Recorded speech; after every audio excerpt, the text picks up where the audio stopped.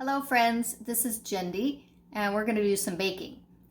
Thought it might be kind of fun during this time where we can't get together to make some Irish soda bread for Easter. So this is the recipe for Grandma's Irish soda bread and it's from sallysbakingaddiction.com, and we'll talk about how you can make some modifications based on what you happen to have on hand. So this recipe is a quick bread that gets its leavening from the baking soda and the buttermilk. If you don't have buttermilk, you can sour whatever kind of milk you have with a little bit of lemon juice or vinegar, and it's usually about a tablespoon per cup. So let's take a closer look at our ingredients.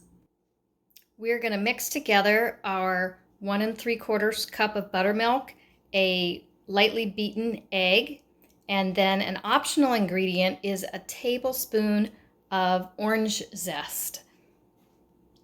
So if you have some orange zest and would like to add that, it goes best in the liquid ingredients. And then we're just using all-purpose flour. If you don't have the 4 1/4 cups of flour, you could do 50% of oatmeal that you grind up in a food processor or a blender and mix that in. That would have the added benefit of adding some whole grains as well.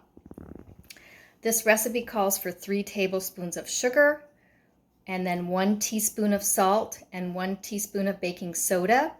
And this is a spotted dog version of Irish soda bread, so it calls for the optional 1 cup of raisins. But if you don't have the raisins and just want to make it plain, you can do that, or any other kind of chopped dried fruit. I happen to have a golden berry blend on hand, so that's what I'm going to use today. And we are going to mix those raisins in with the dry ingredients so they get coated with flour. So let's get started. And I've already preheated my oven to 400 degrees. And you also have options on what you use to bake it on. Some people might use a baking sheet that it has some parchment paper or maybe is oiled and floured. Or this recipe suggests using a seasoned cast iron skillet.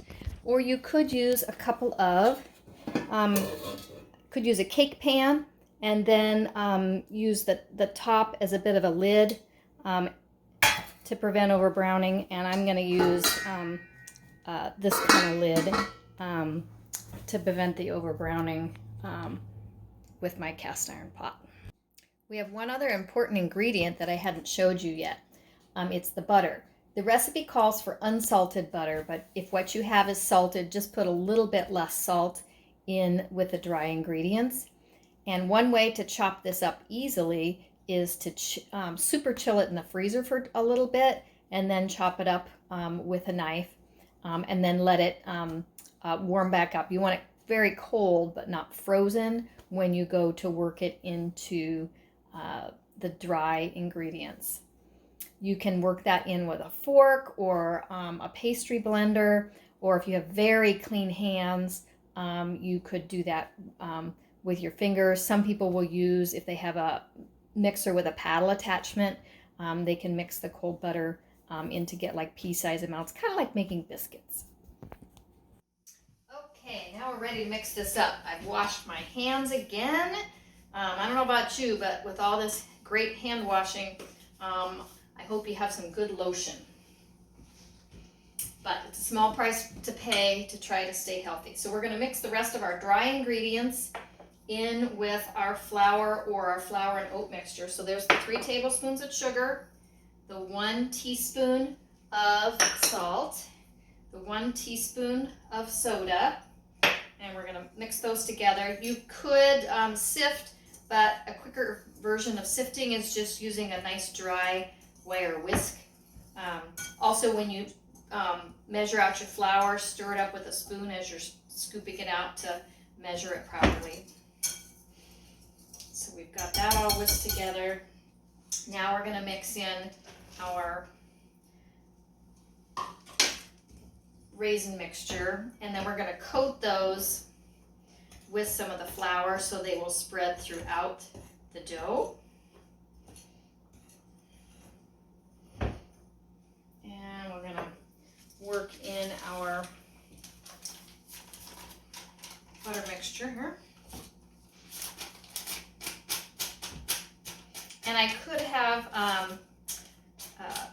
the butter in before I put the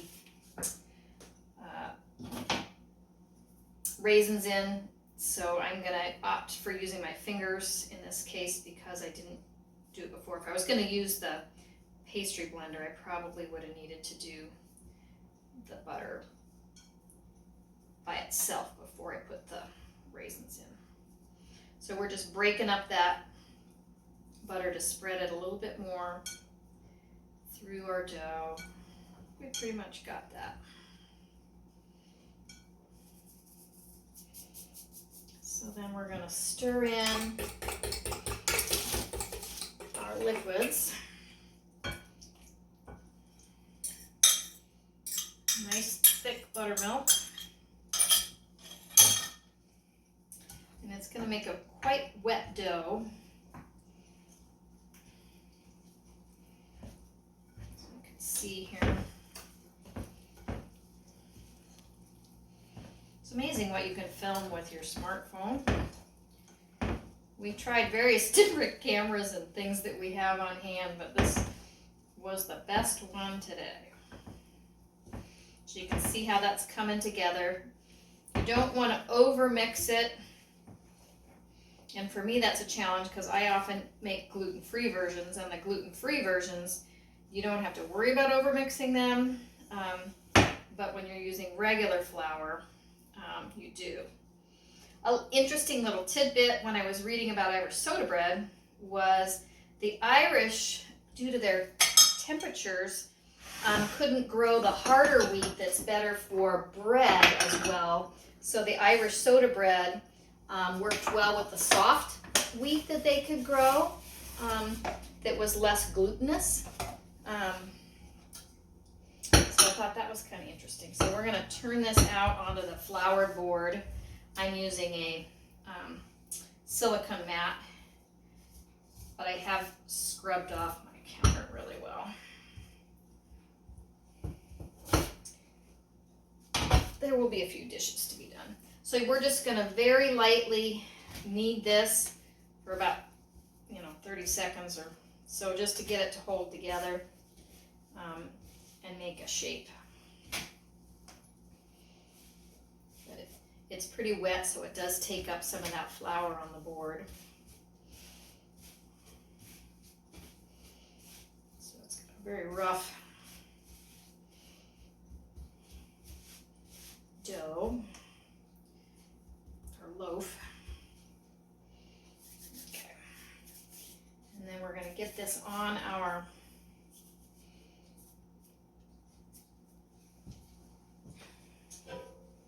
cast iron. So this is a pretty well seasoned cast iron, and I do have some flour that I'm going to scatter on the bottom a little bit. We'll set that in there. And then it recommends cutting the X across the top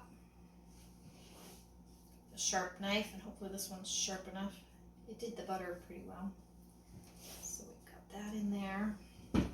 And then I think I'm going to wash my hands before I get in the oven door. So we have our oven preheated, and we are getting this in there. And then we are going to do what they call the bastable pot, where we're putting a lid on top for the first part of the cooking. So I got that on there. That simulates how the Irish housewives would use a big cast iron kettle with a lid on it, and they would hang it above the open fire or the fireplace.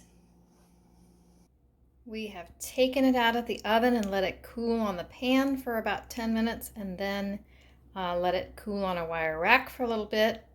And now we are ready to slice some up and try it out. Let's have a taste of this. I'm going to try it as it is first. Fresh out of the oven. That's really good. It does recommend serving it with butter. And this would be one of those special occasion things that even the dietitian, which is what I do, I would probably serve this with some Kerrygold butter as a special treat. Paul, I think you want some of this. I have to get some of this to Peter and Lily too. Thanks for joining me. Hello again, First Baptist Church friends. This is Jendy Newman. And that Irish soda bread that we made, I'm having a little bit of fun with it.